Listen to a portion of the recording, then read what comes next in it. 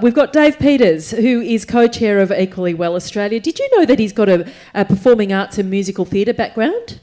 I think that says a lot. I don't really talk about that very much. And passionately challenging his own lived experience of recovery into helping improve services and systems and outcomes for all of those of us who use services. Geoff Harris, hello. There you are, Executive Director of the Mental Health Coalition of South Australia, which means that's the peak body for community-managed mental health sector organisations or centres here in South Australia, really focused on enabling better approaches to physical health needs, human rights, lived experience, workforce, likes to call a spade, I think, which is, I'm really looking forward to your contribution, so thank you. Julia Kim is representing Lived Experience Australia, and she conducts lived experience research with Equally Well Australia as well. The thing is, she's also a final year medical student. And not only is she a final year medical student at Flinders Uni, she's also the Senior Vice President of the Flinders Medical Student Society, and she's President of the Health and Human Rights Group. So she is going to make some changes. Neuropsychiatry research background. Great to have you here. Tom Johnson is Director of Advocacy and Engagement at the mighty Consumers Health Forum of Australia, with more than 20 years experience across government and higher ed and community sectors, really amplifying the voices of people experiencing health disadvantage. He was also, and I love this intersection, Deputy CEO of the Council to Homeless Persons, amongst other roles. So yeah, let's just say welcome. All right, I'm going to just do a little power session with you all. Why do you care about the conversation that we've been having here from your perspective, this intersection between mental illness, mental ill health and physical health? Tom? Always difficult to be the first one off the ranks of the Sorry. panel. So that's okay. Speak from your heart. That's okay. I've been humbled since I've been, sitting around here. It's been great to come on the first day and sit at a conference and actually sit and absorb and hear. Thank you to all of those people that identify as lived experience advocates for sharing your voice and your story and your journeys and your insights. That's the beauty of coming together at forums like this, where there's an equal voice and a conversation. I think that the key thing that we can take away from this conference here today is that there's a momentum, there is a conversation, there's so many different ideas, but I guess what we heard from the Productivity Commission findings is that the approach at a macro level from the enabling isn't working as it currently stands, but they've mapped out a pretty good framework and they talk to people along the way. So, yeah. Yeah, interesting. Dave? I started my journey into Equally Well, I guess, finding out about my own medication side effects and the physical impact of those. And just remembering being absolutely outraged that these unknown side effects, unwanted, but, can be manageable if you talk about it and plan in advance. But that discussion never happened. With one particular doctor, I put on 40 kilos in 5 months. And, complaining afterwards, like, oh, well, that's a known effect. Like, I didn't know it. So I thought it was absolutely outrageous, the injustice. So that's kind of what started me off with Equally Well. But then it's like, well, hang on, this is a groundswell, a grassroots movement. And I can make a difference. I can help make a difference. And that's ultimately what I want from my life, is to help make a difference. So that's why I'm here, and that's why I love it. Yeah. Julia, your perspective, your interest in being here. Yeah, the main reason why I'm here is initially I was interested in psychiatry and neuroscience research, and that's how I started it all. But the more you actually look into it and do research I've been doing research with Russell and Sharon for the last 4 years, and you get surprised by the statistics, the gap and the inequity between the general public and also the patients who experience mental health issues. So alerts me that as a medical student who's interested in psychiatry, there is this gap that needs to be addressed. So I wanted to learn more about it from this conference and also learn from these amazing people who have so much to share. Do you feel, as a medical student, and you're final year now, aren't you? So you're right, about to graduate, about to launch. Yeah, congratulations. Thank you. Do you feel? How do you feel this conversation about the intersection between mental health and physical health has been addressed? Like, is there a literacy about this gap amongst your fellow medical students? Yeah, so interesting you're saying that. So I feel like in the last 4 years, there was actually much more recognition within the medical school. In my first year, I think medical school didn't cover too much about the like health, like the biosocial models and everything. But we get more within that like medical school curriculum. There was much more incorporation in the last few years. But one thing is that the nature of being a medical student means you have so much to learn, and if it's not assessed, you might not actually study for those things, right? So I think if it was put into more focus as part of your curriculum, I think that could be better with the medical students. Like, yeah. Can I just come back to you though? Why are you president of the Health and Human Rights Group? I'm interested. Yeah. What's driving that interest? Because that that's very unusual for a medical student. And I love the fact that you're at that coalface of activism, human rights activism. I'm quite interested in the culturally diverse and linguistic group. So I think supporting those overlooked population who might have mental health issues, who might come from a refugee background, people who are not well seen in this public, but actually have so much to be taken. Like, they need more support, and I think that needs to be seen widely, especially in the medical field, because they're more vulnerable and they need more attention and care. And people need more understanding. And more understanding, yeah. Wow, I'm excited for where you head next.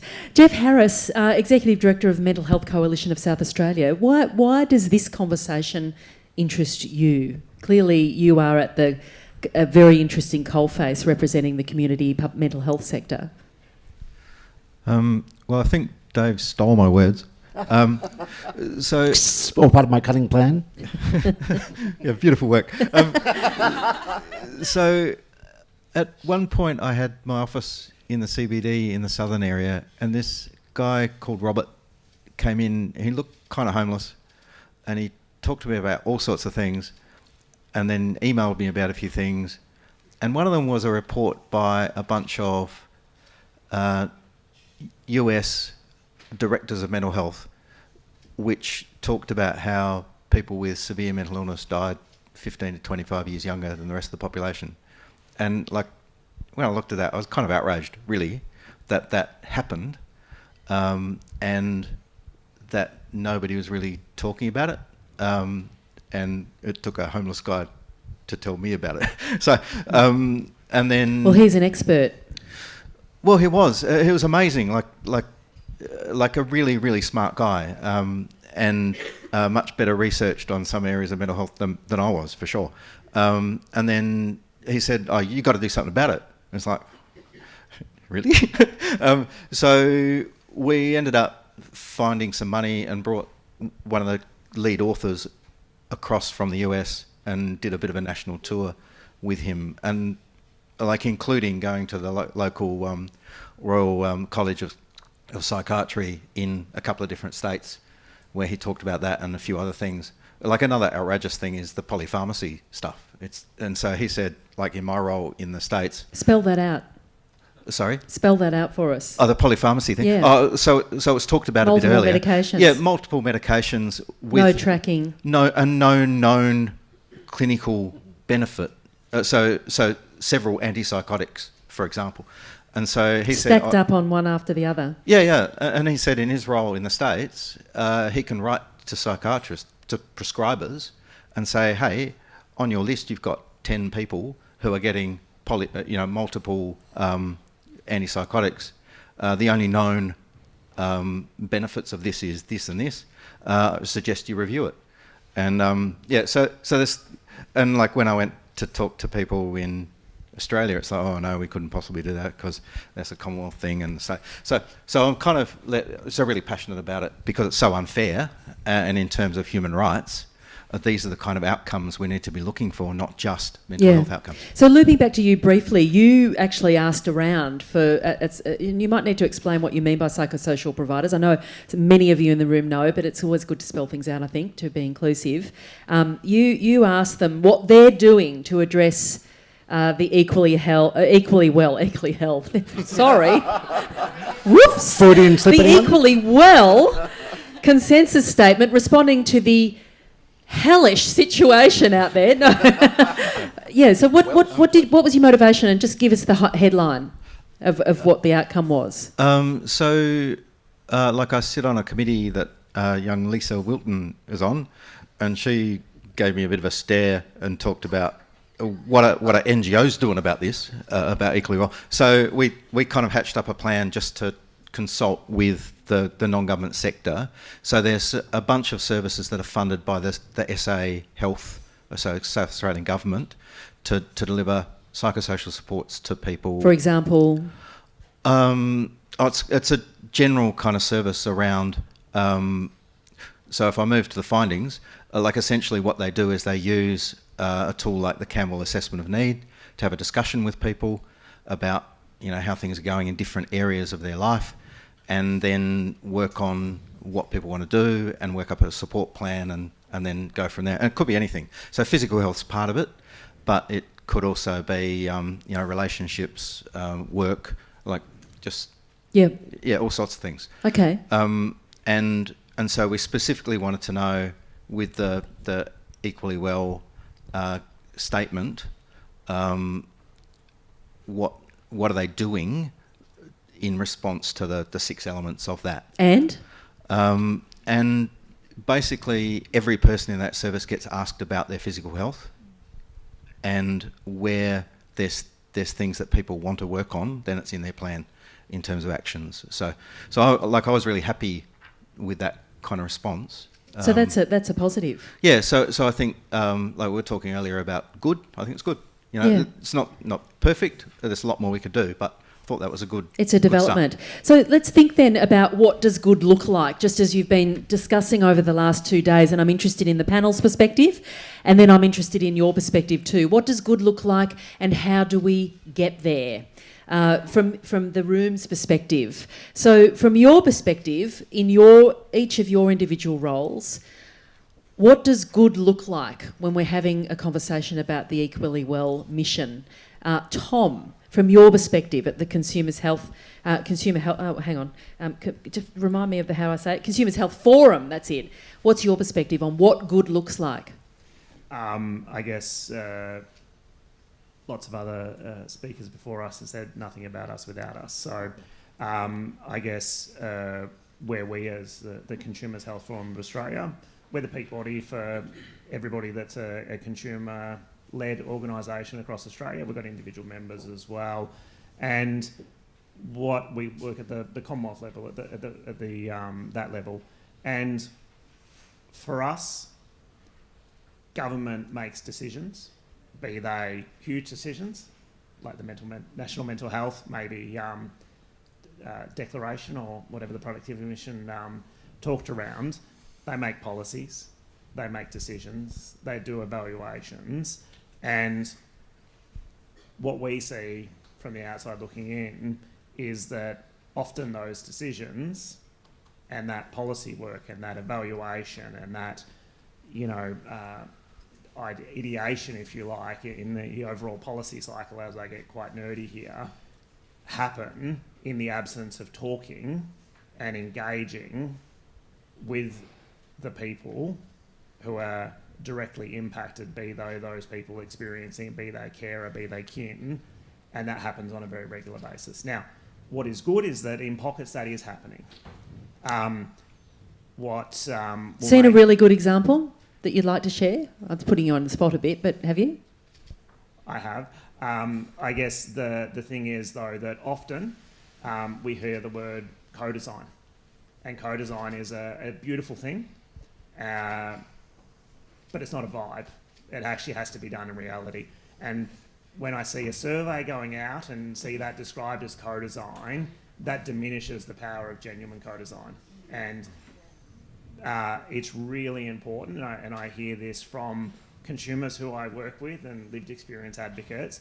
Please do not use that as a vehicle, that idea, unless you genuinely mean. And it is hard to do. So what does genuine co-design look like? Let's really nail it down. Does anyone else on the panel want to answer that? I guess it's a multi-stage kind of layered approach that involves people from multiple sides of the situation to have an equal input, and basically supporting and empowering the people that are most disadvantaged to actually have an equal voice. Hopefully they're the ones that are going to be affected most by the situation, so they should have the ones who have the most say around how this service, this tool, this whatever product is going to serve them best. Does a survey cut it? That's consultation. Barely consultation. I'll come back to Tom briefly, then I'll come to you, Dave. Tom, did you want to... I just think it's important that, someone that is a lived experience advocate talking around what co-design means for you, that's really powerful. And, there's frameworks, there's ideas around what it... Oh, I'm on again. What it means in reality is that you don't come up with a survey or an idea. You work with somebody to actually identify what is the problem we're trying to address. Yeah. That you don't just go to one group of people that you always go to. You reach out. So Consumers Health Forum, we help government do this work. We bring people. I was just going to say, because sometimes Australia. people go, well, where do I start? Yep. What consumers? Some are overworked. Yep. Where do I start to find a cohort? Yep. So, and there's an anxiety around that. Yep. So if you want to do that, then you can reach out to us, and we can support through our networks of health consumers, and we can connect you with that expertise to do that work. So but don't forget, this is at a policy level, this is a program level. If you are evaluating your program, then you don't just do that on a desktop. You don't do widgets on a board. You actually do it. But don't call it co-design. It's okay, it's not really okay not to do co-design. But if you are going to do it, be really clear about what you're doing and why you're doing it. Be upfront so that you don't create an expectation around the change that someone who's contributing their value and their expertise, expecting an outcome of change, or that their voice will be considered in an appropriate way. Fantastic. Dave Peters, what does good look like for you? Co-design, Beyond Sticky Notes. Yes. Great book. Good general example. Right, what does good look like? I could say better health literacy for the country. I could say better public awareness. I could say better social connection. I could say a better functioning health system that actually talks to one another and shares care amongst the specialties in a way that supports and empowers the person that it most affects. But it's all of those things. I could say Medicare reform to fund that shared care arrangement, to offer maybe incentives, maybe just money for the time spent to have a joint conversation and plan how we're going to divide the care of that person well. I'm seeing my psychiatrist for 2 years. He hasn't communicated with my GP once. I'm relied upon to go and inform my GP about what's happening. Have you? And that's kind of a legal requirement. Like he has to within 12 months. So. Yeah, right. Yeah. That's awkward, isn't it? So you turn and go, have you had that conversation yet? No. Well, here's the medication I'm taking. Here's why I'm taking it. And, yeah. So it's all on you. Yes. It's all on you. Yeah. But I'm a layperson, very much a layperson. Yeah. So. But just coming back to the Medicare question, right. Medicare reform, just give us the headline there. What would make a difference? What key change in Medicare would you like to see? I think, strengthening those accountability measures for either eligibility requirements on like if referral's made to a specialist, that specialist must inform the referrer of the outcome and the recommendations. But really, it's so much of the service now is pared down to the bare minimum, and people are squeezing out as much as they can into that item code as they possibly can. and Yes. it's not enough. So you've got a 7-minute bulk billing appointment where you can talk about one issue really quickly and walk out with the script. That's not enough. So for people with the multiple needs, we need the ability to be able to serve them and do it in a way that the doctor can then live and pay their bills and pay for their mortgage. So it might be dedicated item numbers for shared care scenarios. It might be greater rebates for incentives for actually complex cases that require better and more attention. But the bulk billing clinics that are kind of just relying on turnover to pay the bills doesn't provide comprehensive care, but often those bulk billing clinics are some of the only places people can afford to go to. Yeah. And just a show of hands, who's ever managed to actually have a medical appointment and get what they need in 7 minutes? Yeah, I certainly haven't. And I don't go to the doctor a heap, but when I do, it's certainly going to need more than 7 minutes because, 7 minutes is nothing. Hi, how are you? Okay. Yeah, how bye. are you and bye. Yeah. Julia, Kim, from your perspective, and I know you're very early in your medical career, but you're certainly more advanced in your neuropsychiatry research career, your research career. What is good looking like for you at this stage? I think what's good is when the person with mental health issues is at the center of their care.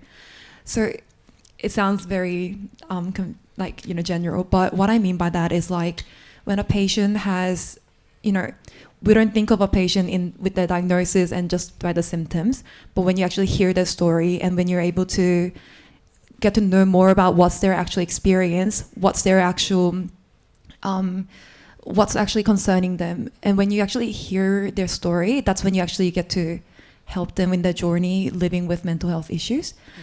And I think that's good when you actually consider the person in front of you rather than a diagnosis that you want to treat. Yeah, there's nothing simple about that, is there? And the Cancer Council were here earlier, and often the experience of people living with cancer is that they go from being Natasha to being cancer diagnosis. That's it. Natasha, the cancer diagnosis. And you walk into this, and suddenly you're sucked into this system as a patient. And that diagnosis, that frame around you is very, very limited. And it's a big deal, isn't it? You are much more than a diagnosis. Exactly. When you most need to be more, more than a diagnosis. Yeah. And by recognizing that there's actually a person behind it, that's when the patient can actually take charge and be the one leading that journey themselves when they're actually involved in their care, and make that shared decision with the doctor. I think that's really good for them. Confronting for some doctors. It is confronting, but I think it's important regardless. Yeah. Thank you. Geoff Harris, what does good look like for you as the Executive Director of Mental Health Coalition of Australia, South Australia? Australia, you wish. Yeah. Taking over the world. It's just South Australia's big enough. Yeah. I think it's difficult to answer that. Like, I think in the context of what people have said, I think, particularly that thing of, hey, there's a person attached.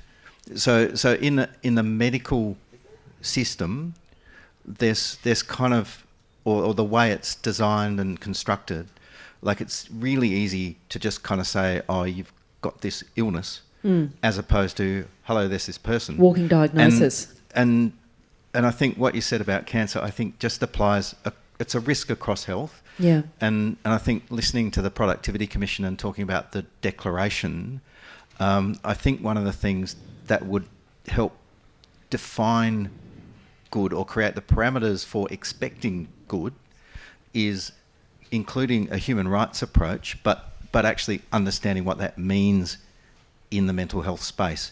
And physical health is part of it, but it's that thing of actually delivering a service that is right for the human and the condition, not prioritising one over the other kind of thing.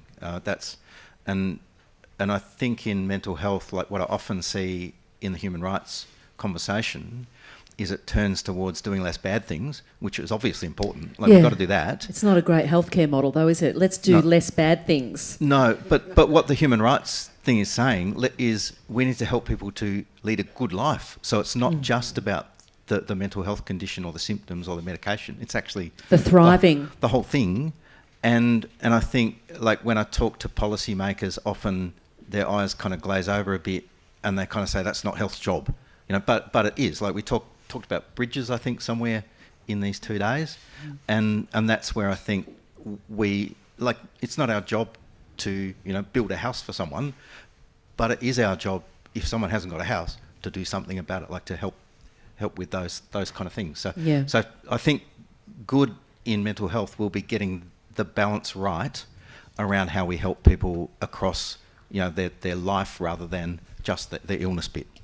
And someone said, I think it was one of the commenters over there said, if we gave houses to people who needed houses, so many other aspects of health and mental health would be solved. And I so agree with that.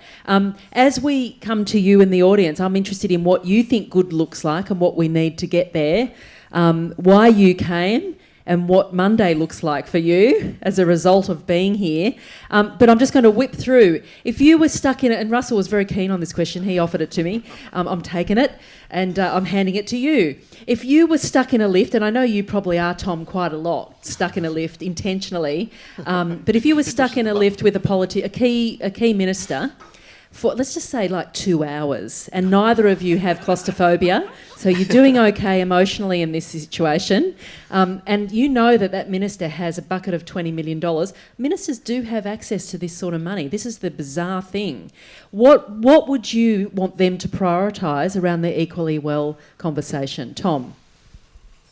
So I might ground us in some reality and tell me, call time on me if I go too far.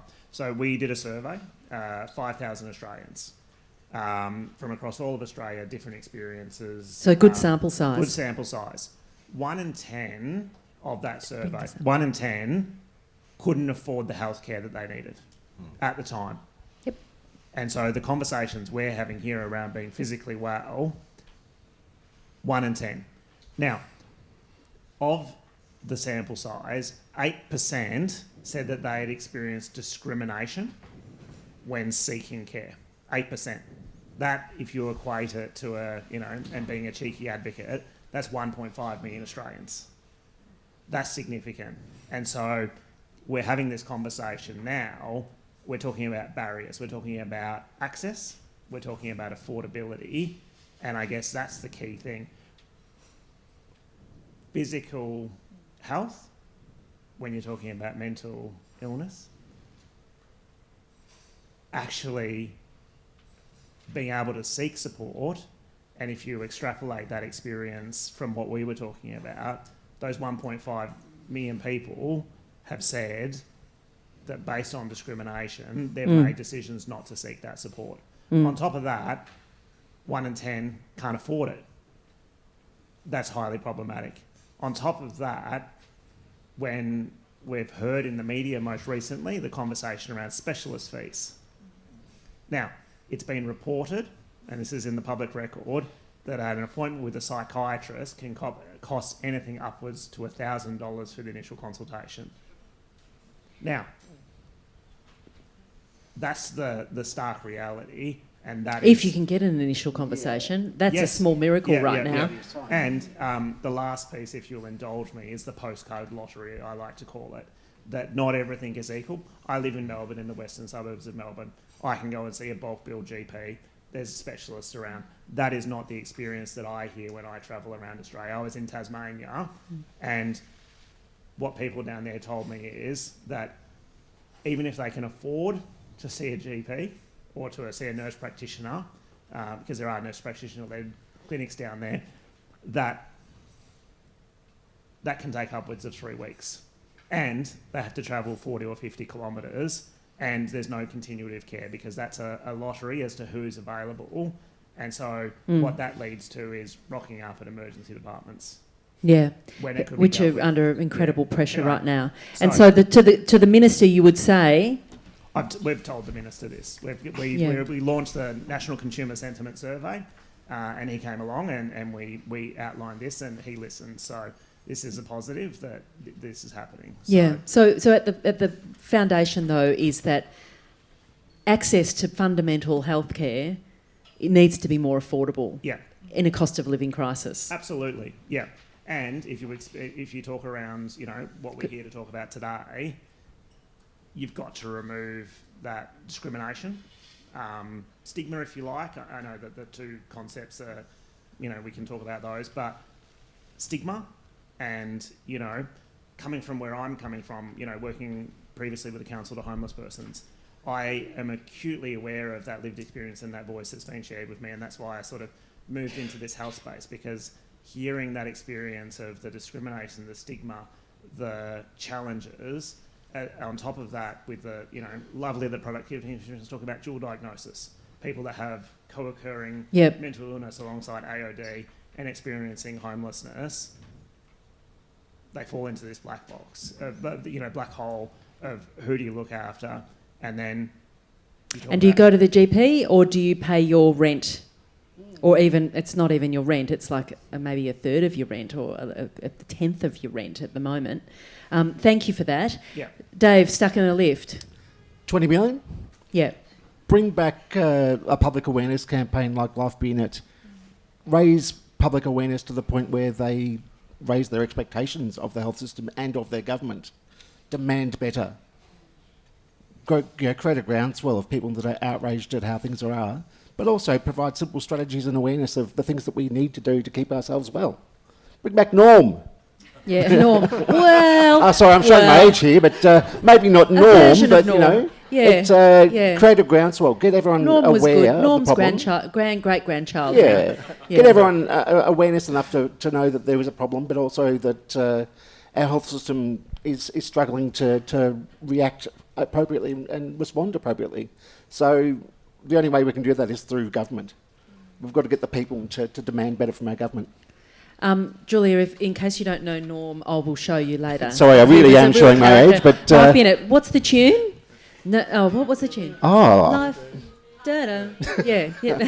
To join our call to action, because that's we're going to demand better. Fantastic. 20 million in the lift. Julia. From a medical student's perspective and a researcher's perspective. So I'm ambitious. I have two things I want to propose. To paint a picture, first of all, though, so I had 2 terms in psychiatry, one in metro area and one in regional area. So that regional area was Mount Gambier. And the main problem that I saw in Mount Gambier was that the psychiatrists were doing a fantastic job, right? The patients who are admitted to the inpatient unit, they recover and they're about to be discharged because they are at the stage where they're able to manage. They can be managed in the community setting. But then what happens then is the GPs, rural GPs there, are fully booked out. So they're actually not accepting new patients just because they just don't have any books. So if you have a patient that just recently came from interstate and are under our care, we want their physical health to be looked after upon discharge. And now that longitudinal physical health care won't be done just purely because there won't be a GP that's open to take a patient in. Yeah. And that's not just only for mental health patients. It's, for example, for me as well. I'm going to be an intern next year in Mount Gambier. I won't have a GP next year because there won't be a person to book me in for. So I think that's an issue that is actually really that's felt tangible, both from a psychiatrist's point of view or like from the patient point of view. That's a really big area that's a really big gap that needs to be addressed, but has not been fully addressed for, I feel, quite a long time. And that's something I'll propose for the first one. The second one would be, I think there is a focus on attracting rural doctors to rural areas, but not much on retention of the rural doctors. So an example of that would be, recently doctors had their enterprise bargain agreement passed, and part of that was regional bonus, which didn't exist before, but it now exists as part of this year. What happens though is that it's only for doctors who are starting out rurally for the first time, like getting their first contract. So what that means is me, starting internship next year is in Mount Gambier. I'll be getting that regional bonus. But the doctors who are already working in that regional areas, unless they get a new contract in a new position, they won't be eligible for that regional bonus. And now this, I think it really shows that the focus is getting more doctors into rural area. Their intention is there, but I think the appreciation and that longer term, investment, into having them there for a long term and actually building that patient rapport for a longer term is missing. Yeah. So that's my second suggestion. What a great thing that you're going to be placed in Mount Gambier next year. That's right. Yeah. Fantastic. Wow. I love the fact that you're so actively engaged in the region. Geoff, stuck in a lift with a politician, briefly. Okay. Look, you knucklehead. Yeah. No, sorry. No. Sorry, that's the halftime speech. So I guess to follow on from what Phil was saying from the SA Mental Health Commission, like we've got the unmet needs study for South Australia for unmet need for psychosocial support. We've got the national study. We've got the Productivity Commission saying now that your agreement is not fit for purpose and it'll take you 12 months to sort that out. But in the meantime, you've got to invest in psychosocial support. We've done some work in the Barossa and in Salisbury, $14 million, sort out all the demand in those areas, pick another area that costs $6 million, and we can address that unmet need, and that will include a strong focus on physical health, and depending on how big the building is, I could give some examples of that, but that's what I'd go for. Thank you. Now to the room. Thank you for your contribution. Now to the room. You can answer one of four things. You can say, we've got another mic there too, and I'll cover this side of the room and in the middle. You can answer, why did you come? What drew you here? You can answer, what happens on Monday? What are you taking away? What kernel do you want to integrate into your practice, your work, your advocacy, your life? You can, what looks good? What would good look like? You can respond to that. How do we get there? So hands up, thank you. And can I just also say, Michelle, I don't know whether you're on the WhatsApp group. Have you seen the flood of feedback for your presentation? Kristen, well done, Michelle. Amazing presentation, Michelle. Jojo, this was a wonderful presentation, Andrew says. Congratulations. Thank you, Michelle. I felt so empowered, says Yvette, after quitting. Well done, Michelle. Sarah, thank you, Michelle, for sharing your story. So wonderful to have your experience to inform equally well work. Jojo asked, what's a medicinal vape? We might come back to that. True recovery story from Michael. Great share, etc. Congrats. Yes. So mine was what would look good, and I really echo what Julia's saying here, but I would have MBS item numbers for GPs to give much better mental health, people with mental health issues better access to them and have decent length conversations and consultations. I would have support sustainability of evidence-based programs, because too often we do some really great work and then the funding runs out and it's gone. I would co-locate some primary health with community mental health service, and particularly GPs. I would definitely replicate Melbourne and the South West Michael's GP in mental health services. And support for regional mental health services, which is basically what Julia actually said, and embedding physical health into mental health services and incentives for regional, for mental health and general practice. And Monday, I'll go back into John's office and play the same old broken record again and again. Only this time I will say that we need to make Michelle equally well lived experience ambassador for South Australia. No pressure. You did your homework. Oh, that's excellent. Love a SWOT. Does that resonate with anyone else? I'd love to any reinforcement. So, because we might be able to gather a list. Thanks. So, just for context, I come from a youth. Just bring that mic right up. For context, I come from a youth and a multi-morbidity lens. The first thing I would ask for is prevention, because we see so many young people who have mental health issues and struggle with their mental health, and then they're on the wait list for so long, and it comes to the point where they're in crisis, and it could have been addressed, and they would not have to go through the trauma that comes with crisis. Second, I would ask for a multidisciplinary model that adequately pays for the fees that are asked for by medical practitioners, but also that would allow care teams to adequately care for people with complex comorbidities and mental health and physical health issues. And I forgot the third one. So Yeah, well, it might. Oh, we can come back to you if you remember it. it's gone. Great list. Thank you. Does anyone want to... Thank you. Yes, love the cheering. That's what we want. Does anyone want to amplify what's been said or add your own? Great.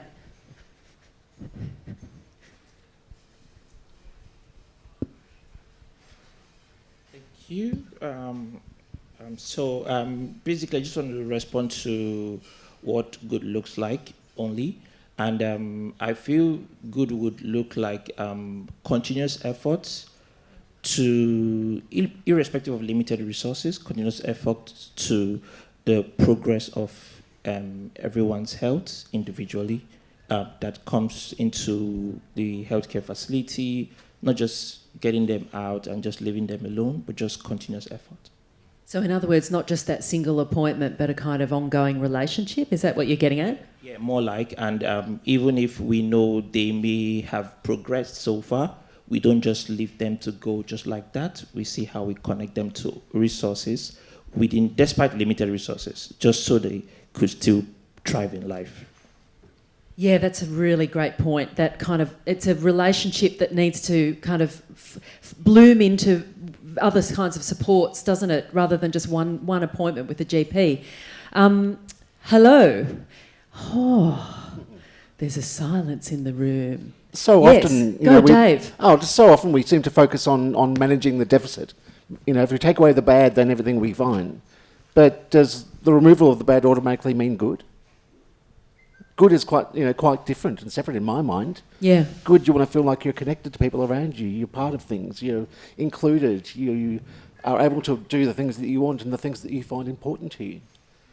Yes, I think of the parallel movement and look, I mean, there were some problems, but, in the psychology community, they realised that it was all about pathology, and so then came the positive psychology movement. It went a little bit far, potentially, but interesting. It was a sort of, okay, hang on, we've got to stop thinking about everyone as a walking diagnosis. We have to look at flourishing and thriving and flow and all those other things. So then there became interesting research around that, and Seligman and all those sorts of people. Hi, John. I need to come to you. Yeah, sorry. What, you actually want to talk? Don't you just have an inbuilt mic? I've got it. It's getting a bit late in the day, isn't it? I've had a long time to think about this because Russell emailed me the $20 million question a while ago. My first response was, I'm not Naomi Campbell, I won't get out of bed for that. We need a lot more money, right? Because 20 million from the South Australian minister scaled up on a population basis is actually 200 million for the country. Then we can start to do stuff, because one of the things that strikes me is everybody's got great ideas. I support everything that everyone said, but we need to scale. I'm really concerned about equity, because when you argue for your little patch, but we haven't got enough to go around, we get inequalities, we get this, it just builds up. And the worst thing, I think, is the postcode lottery, which you said, is that when you've got a little bit of money, it always goes to the people who are always rich. It doesn't actually go to the people who need it. Yeah. So we actually need to get our movement to show what equity could be. I think that's the main thing. Jack, I don't have my glasses on. South Australian Community Mental Health Services need a team that covers the homeless population specifically. At present, there is nobody, and there is also needs to be an escalation points for practitioners who hold concerns for this population. Where do we go? Who do we call? Mental Health Triage do a great job of recording the information provided, but there doesn't seem to be any traction from there. Is Jack in the room? Do you want to add anything verbally to that? It's okay if you don't, that's fine. But there's been a follow-up from Susie Gates, who says a combi van. combi van that can cruise around, do physical and mental health assessments and prescribe and administer any medications then and there and chase them up again. We know they struggle to make it to appointments because they have more pressing concerns such as food and shelter. So on any of our... they're great suggestions. Oops. Can we talk about the politician? Yeah. You're going to take on the Polly in the lift. The Polly in the lift. I think there is a problem with the question to start with.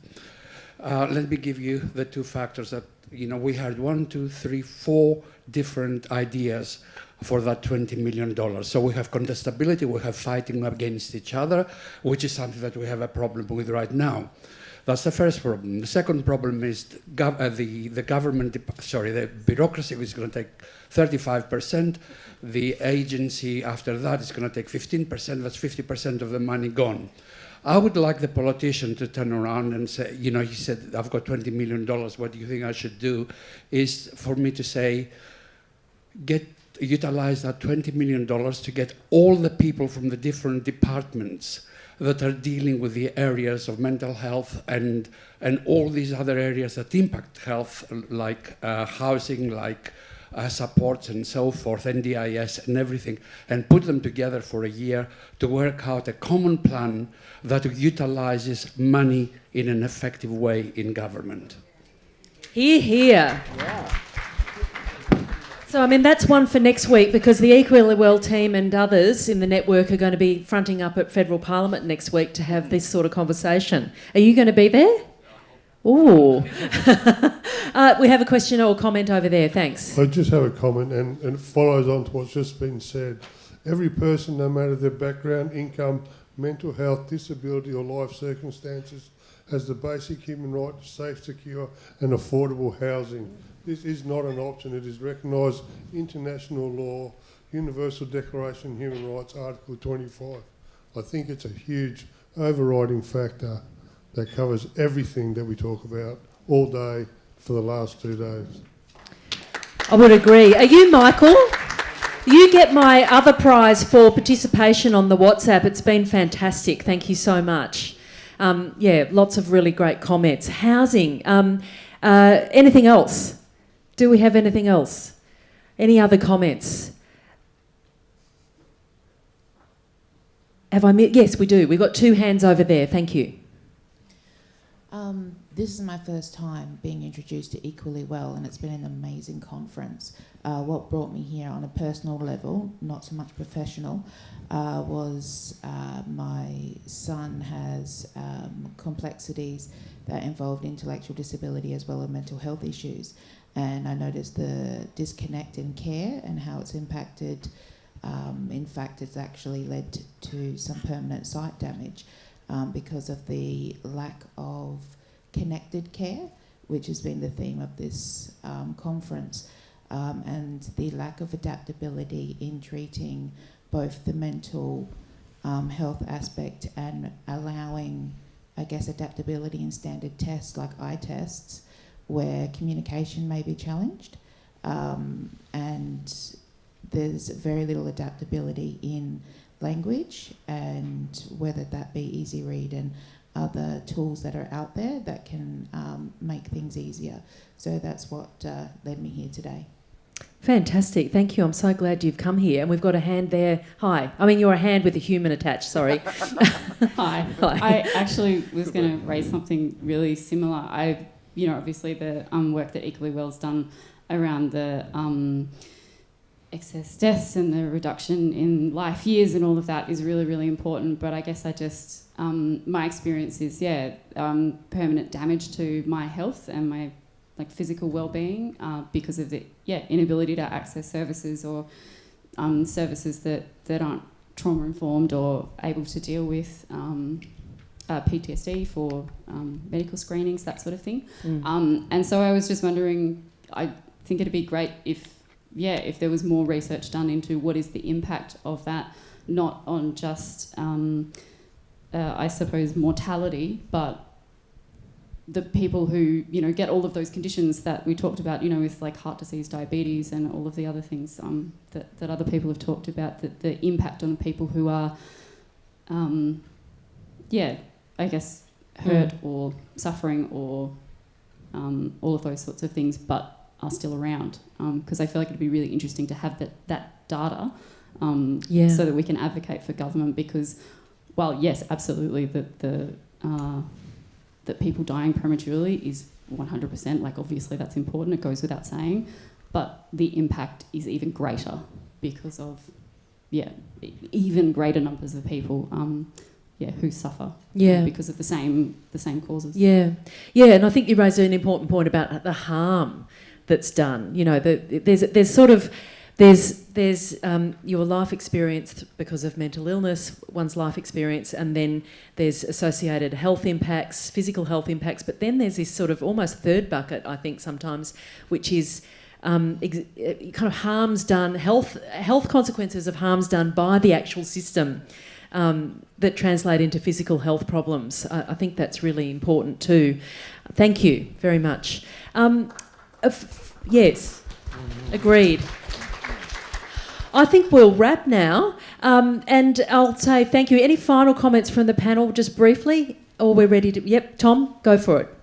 Love that people want to be involved. If you do want to bring your lived experience to it, people like Health Consumers Australia, government does come to us, so follow us on, sign up for Consumer Voices, follow us on social media. When government does want to engage with people, we put those opportunities out. Also in your different states, follow the local health consumers, follow your health services, because they do reach out. So if you do want to make an impact and you do want to be involved, that does happen. It's not universal, but it does happen. So if you want to be involved, do that. And yeah. So what was the name of the newsletter to sign up to? Just go to our website, Consumers Health Forum Australia, and click sign up to Consumer Voices. Yeah. And we have a whole list, and sometimes we've got 8 opportunities at any one time. And but that's not just us, that's across the health sector that, so in your local area. But you're a good one to start with, Yeah, I think, because just also sometimes it feels very lonely and you don't really know what you can do to be an advocate, but certainly just hearing sometimes what other people are doing shifts the conversations in your immediate sphere, because you've been reading a newsletter that says, did you hear about, I've heard about this. So this is the thing. I think it can feel a bit overwhelming. You all have exceptional skills at advocacy. Some people are just trying to get by, aren't they? Well, you're probably all trying to get by as well. Look, thank you so much to our panel, Dave Peters, Geoff Harris, Julia Kim, Tom Johnson. Thank you.